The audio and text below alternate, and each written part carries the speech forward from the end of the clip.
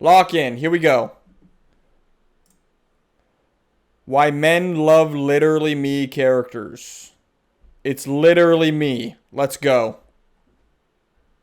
Ryan Gosling's me. Anakin Skywalker is me. Batman is me. You know, those all those characters are literally me. So, you know, let's lock in. This video is brought to you by Mubi. Get a whole month free at mubi.com/docinema. Fight Club has been warning us. The idea of what it means to Fight Club, a dub movie that I didn't see until like super recently. Until like maybe a year ago. I just finished Fight Club like a year ago. And I was sleeping, bro. I was sleeping. Okay? If you guys haven't seen Fight Club, I highly recommend to go watch Fight Club. be a man is destabilizing in modern society. Recently, a lot of characters have gained renewed interest among young men, calling them literally me. By analyzing those movies that dive deeper into the psyche of men, maybe we can get a grip on why men find them so Nightcrawler, a dub movie, but the ending was shit. You know, the Jake Gyllenhaal. So this scene right here. Let me see if I can get it. relate deeper into the psyche of This scene right here, right? Everybody's like, oh, the Nightcrawler. Nightcrawler is such a good movie. Nightcrawler is a good movie. The ending, shit. Honestly, they could have made that movie like an hour longer and I wouldn't have complained. Because that movie was so good. And I was like waiting for the end. I was like, oh my God, it's like it keeps getting better and better and better. And then it just ends. And I'm like, okay. All right. Good movie, but ending, shit. men, maybe we can get a grip on why men find them so relatable and understand. You better show Anakin, bro. the Or so-called Batman. crisis of masculinity. What does it mean to be a man in a modern age? Okay, let's start with the most important theme in American Psycho, conformity. Because at its core, that's what this movie is all about. Patrick Bateman is living a fancy lifestyle as an investment banker on Wall Street. He's living healthy. By the way, dub movie. If you haven't seen American Psycho, it is a dub movie. Although, you know, it's a little mind-bending. You definitely got to watch it a couple times before. And even after you watch it a couple times, you probably have to watch a YouTube video going in-depth about it. That's how kind of complicated that movie is. Eating a balanced diet, Or I just have a little brain. I don't know. Let's go. and doing rigorous exercise routines. Every morning, he's applying thousands of layers of beauty products to craft the perfect version of himself. Why? Because he simply wants to fit in. I want to fit in. Down to the haircuts, the suits, the business cards, it all shows that these men think they're individual and unique, but they aren't. However, the lyrics of the song Hip to Be Square explains that it's okay to be normal, because it's not just about the pleasures of conformity and the importance of trends, it's also a personal Alright, let's cut it there. You see, in Fight Club, they don't like conformity that much. Gentlemen, welcome to Fight Club. Tyler Durden is the god of masculinity, trying to break the main character free from his conformist lifestyle and The twist in this movie is absolutely insane, and I didn't see it coming. Holy shit, this movie's goated. boring job. The narrator is suffering from insomnia and is obsessed with creating a self-image Oof. I know I keep pausing, but God. Insomnia is bad. Basically, insomnia is where, like, you can't sleep, right? And, like, you're wide awake even though you haven't slept for, like, hours. I suffered with insomnia, like, last year. Hella bad, bro. For, like, 2 months, I had severe insomnia, and I could not sleep. I was getting, like, 3 to 4 hours of sleep a night. I could not sleep, dude. And even then, when I was asleep, I'd wake up, and then, I'd be up, and then it'd be hard for me to fall back asleep. And when I did sleep, it was shit sleep. Horrible sleep. Insomnia sucks. Oh, God. that is socially acceptable, similar to Patrick Bateman. He doesn't really have a way to express himself in a society where everything is a copy of a copy of a copy. All he does to feel unique is turn to consumerism and buy furniture that he felt defined him best as a person. Director David Fincher said, "We're designed to be hunters and we're in a society of shopping. There's nothing to kill anymore, nothing to fight, nothing to overcome, and nothing to explore." In that societal emasculation, this everyman is created. Patrick Bateman and the narrator in Fight Club create consciously or unconsciously alter egos that allow them to exhibit their masculinity and escape a culture that no longer accepts such behavior. They're not the only two characters that have been struggling with this duality of a man. Because in Nightcrawler, Taxi Driver, and Drive, the Okay, but in Nightcrawler, I haven't seen Drive and I haven't seen Taxi Driver, but in Nightcrawler, his character's like, he's like actually crazy. Like he's so manipulative. he's so smart, but he's like crazy. Not like no normal person would do what he did. Main characters are also on the verge of frenzy. Just like Patrick Bateman's urge to fit in, both Travis Bickle and Lou Bloom are trying to fit into society by getting a regular job. But because they don't really have the premier education to fit this ideal of an office job, Travis starts working as a taxi driver late at night to deal with his insomnia. And after Lou Bloom gets rejected, he starts night crawling as well, and finds a way to make money out of filming crime scenes. Damn, I feel like I would really like Taxi Driver. I've heard Taxi Driver's just like the Joker, though. Like, I've heard so many things about the Joker and people saying, oh, the Joker's just a taxi driver.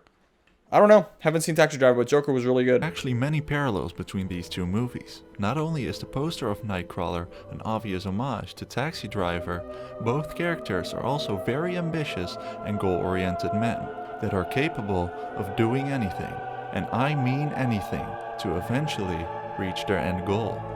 Lou lives in modern-day LA in a time where everyone is obsessed with personal gain and success. This causes him to create a form of predatory masculinity, hunting down his prey like a lone wolf every night in order to film the crime scenes and sell them to the news stations. His greed is good mentality makes him persistent and uses this to become the top predator in his business. He is kind and respectful for the sake of social acceptance, but very narcissistic and tunnel-visioned for his own financial gain. Lou Bloom literally goes to that animal state of masculinity and releases the beast within man. He even looks like a hungry predator that uses his manipulative instincts to trap and catch his prey.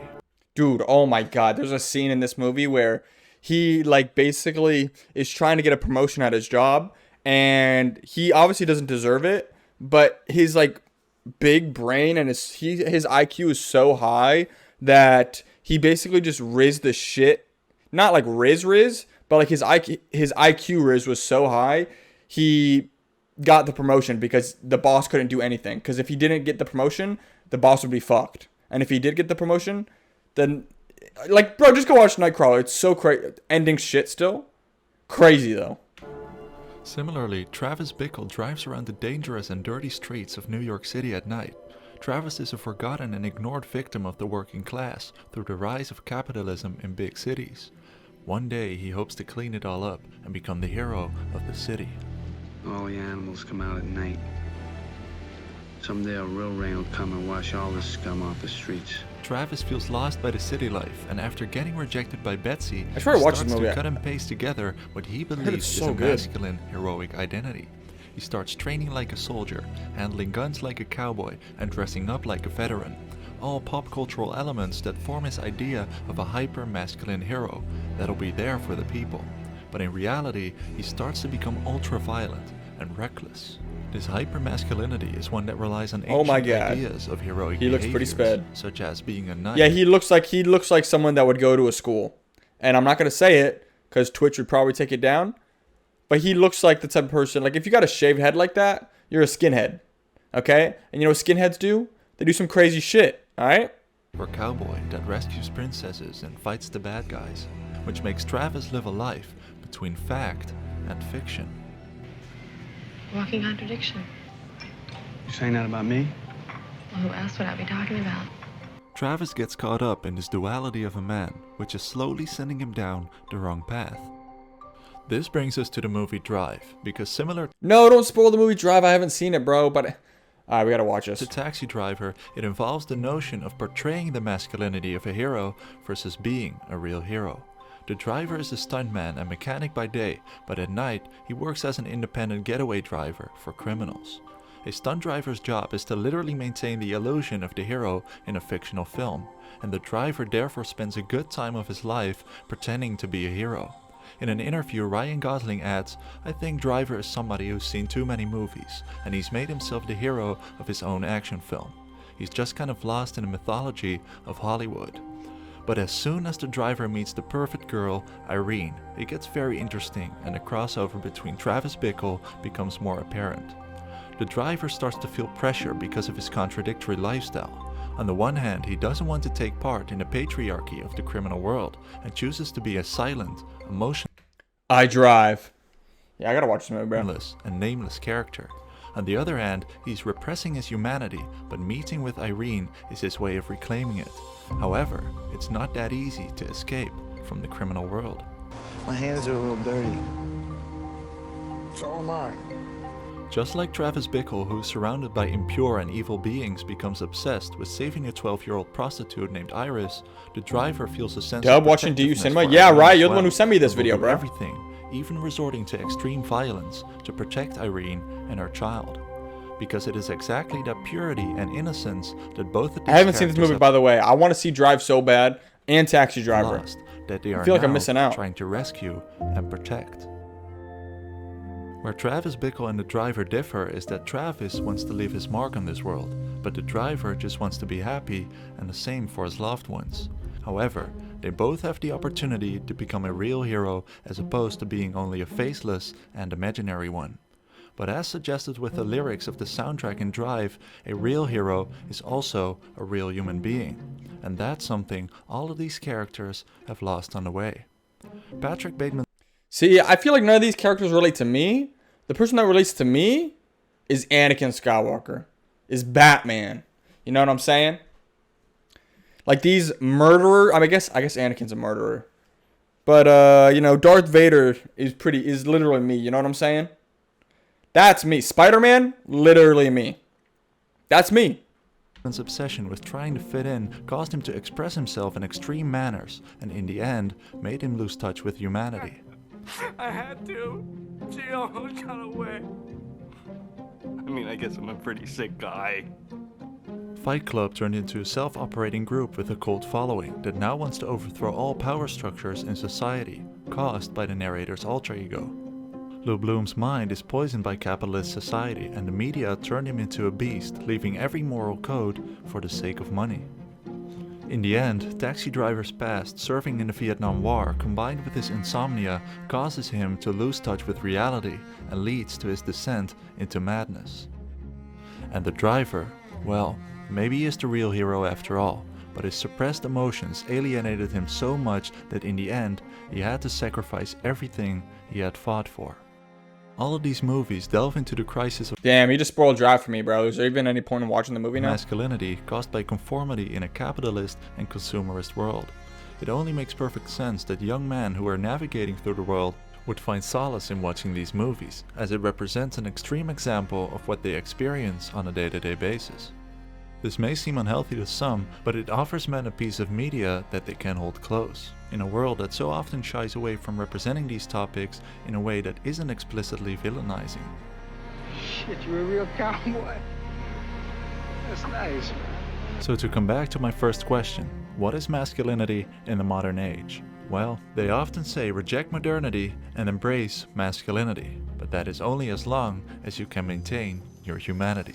Blade Runner 2049 is a dumb movie too. What it means to be a man will be a forever changing Blade Runner concept, 2049 is such a long movie, and it's a super complex movie, but it's so good. depending on the time and place you live in on this world. But for now, what I think is that if we were to take the good characteristics of all these men, we can create an unstoppable character. With the morning routine and style of Patrick Bateman, the work ethic of Lou Bloom, the humor of Travis Bickle, the appeal of Tyler Durden, and the bravery of the driver, I think we'll get pretty close to what it means to be a man. If you want to watch and discover more movies Damn, like did he these, spit? check Did he out spit? Good I don't Time, know. Fallen Angels, and Another Round, which are Dub streaming video on though, Mubi dub right video. now. Mubi is a curated He streaming should go into more service and a characters. He place should make to another watch video and go beautiful into more cinema. characters too. Every day Mubi premieres a I think new those film characters were really from good. Those are iconic like the direct- go-to movies of literally me, I know. Of Sigma Talk. That's definitely like Sigma Talk for sure. Increasingly sexualized society plus harder dating scene equals heavily increased feelings of unwantedness and loneliness? Possibly.